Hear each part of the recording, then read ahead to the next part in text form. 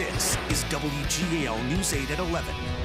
Breaking news, major damage reported in eastern Lancaster County tonight where several buildings have collapsed following a tornado warning. Other parts of the Susquehanna Valley saw heavy rain and wind leading to downed trees, flooded streets and power outages. Tonight's storm is the top story in the first 11 at 11. Good evening. I'm Ron Martin. I'm Janelle Stelson. We have live storm team coverage tonight, beginning with News 8's Jack Corpella in Salisbury Township, Lancaster County. Yes, Ron, Janelle, we are right off of Old Philadelphia Pike, where you can see behind me multiple buildings, barns and houses have collapsed. We are looking at power lines that are down. Trees are twisted up and broken badly. Now, we've talked to several officials on site, and the good news is we have not received any reports of serious injuries yet. Less than an hour ago, multiple fire crews, police, and collapse teams were on site searching to make sure no one was trapped. They were also trying to save a farm animal. The fire chief told us this was just one of many collapse sites and storm-related issues countywide. We talked to one resident nearby. He says he's lived in this neighborhood for 23 years, and this is by far the worst storm he has ever seen.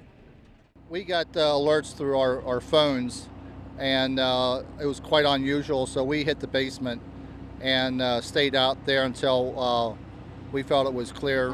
We just heard some wind, just a little gush of wind, and that was about it. News 8's Jack Corpella reporting. All right, Lancaster County fire crews are being stretched to the limit tonight as well. A 2-alarm fire that may have been caused by tonight's storm broke out in Laycock Township. News 8's Justin Betty is at the scene where at one point first responders were asking for every possible fire crew. We are here on Irishtown Road, which is between Leacock and Lincoln Highway, Route 30 in eastern Lancaster County. There are still about a dozen fire trucks on scene. There were more than 20 at one point after a fire broke out around 7:30 tonight, and they still don't know what caused it. They say it may have been lightning sparking it, but they don't know that yet. We'll tell you what we do know. Behind the barn you see, you can't see the barn behind me, it's not lit up anymore. Behind that there are two houses, kind of a duplex. Firefighters say they knew the fire started in one of those houses and it burned right through it. They say the floor is unsafe. It's really just gutted right now. The other part of the house is mostly just smoke and water damage. The fire didn't damage it all that badly. No one was home when the fire started, so no one was hurt. No firefighters were hurt either. The next step, they say, is A, putting out hot spots, and B, waiting for the fire marshal to get here and figure out what sparked this fire. Reporting live in Leacock Township, Justin Betty, News 8. We're tracking storm damage all across the Susquehanna Valley right now. Trees were uprooted and thrown across roadways in York County. Take a look.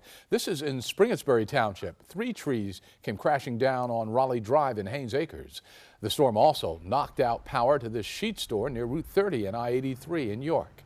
There were more than a dozen reports of downed power lines across the county as this storm passed by, knocking out power to 8,000 people. About 4,000 still without power at this hour.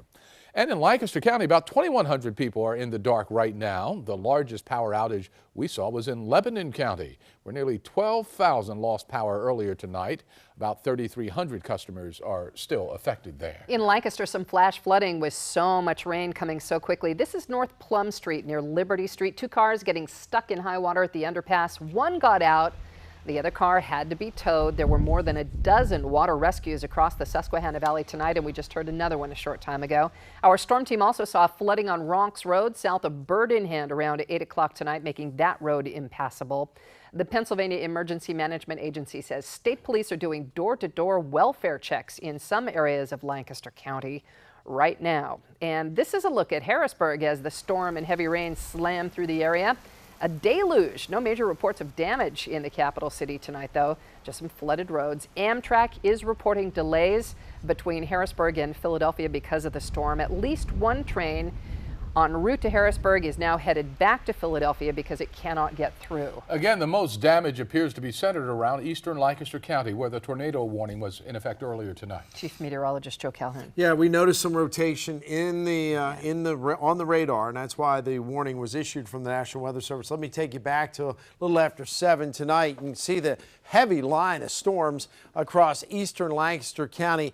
Call your attention to this little curve down in here east of Delta and Holtwood south of Quarryville. Now that area, put on the velocity or the wind data, You can see this area right in here. You notice all the green and then the red in between. The green indicates winds going toward the radar, the red away from the radar. So yeah, you get some circulation in there. You can see how that tracked up right through parts of eastern Lancaster County up into parts of Berks County before it started to calm down. Now that heavy rain and that line is moved off to the east. We are getting some more showers now starting to form and moving in from the west, and could even be a few rumbles of thunder. I saw a few lightning strikes up in parts of Perry and Mifflin and Juniata counties. Temperatures are still quite mild. They will cool down though as we go through the night as those showers move on through into the 40s. And then I think tomorrow we'll start with some maybe peaks of sun in the afternoon. There could be some rain or snow showers.